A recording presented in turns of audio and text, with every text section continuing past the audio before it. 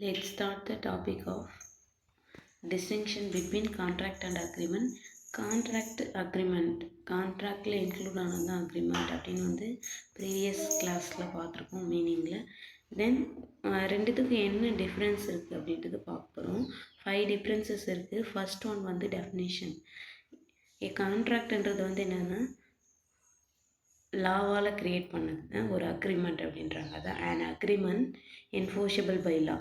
Second வந்து அக்ரிமெண்ட்க்கு என்னன்னா அக்ரிமெண்ட்ன்றது வந்து every promise and set of ப்ராமிசஸோட தான் வந்து ஒரு அக்ரிமெண்ட்டு. அது வந்து ஒரு கன்சிடரேஷனுக்காண்டி உருவான அந்த ப்ராமிஸாக இருக்கும் அப்படின்றாங்க. தென் செகண்ட் வந்து என்ஃபோர்ஷபிலிட்டி.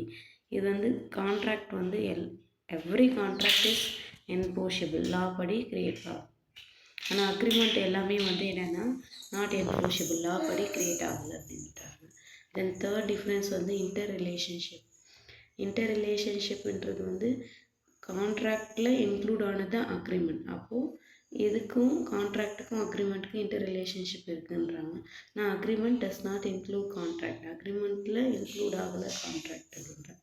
தென் ஃபோர்த் டிஃப்ரென்ஸ் வந்து வேலிடிட்டின்றது வந்து லீகல் அக்ரிமெண்ட்ஸ் தான் கான்ட்ராக்டில். இது வந்து போத் அக்ரிமெண்ட் வந்து லீகலாகவும் இருக்கலாம் இல்லீகலாகவும் இருக்கலான்றாங்க.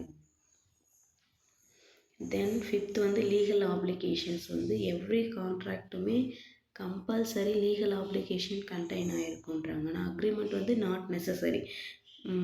ப்ரீவியஸ் பாயிண்டில் கூட பார்க்க முடியும், போத் லீகலாகவும் இருக்கலாம் இல்லீகலாகவும் இருக்கலாம். அப்போது லீகல் ஆப்ளிகேஷன் வந்து இதுக்கு தேவையில்லை, நெசசரி.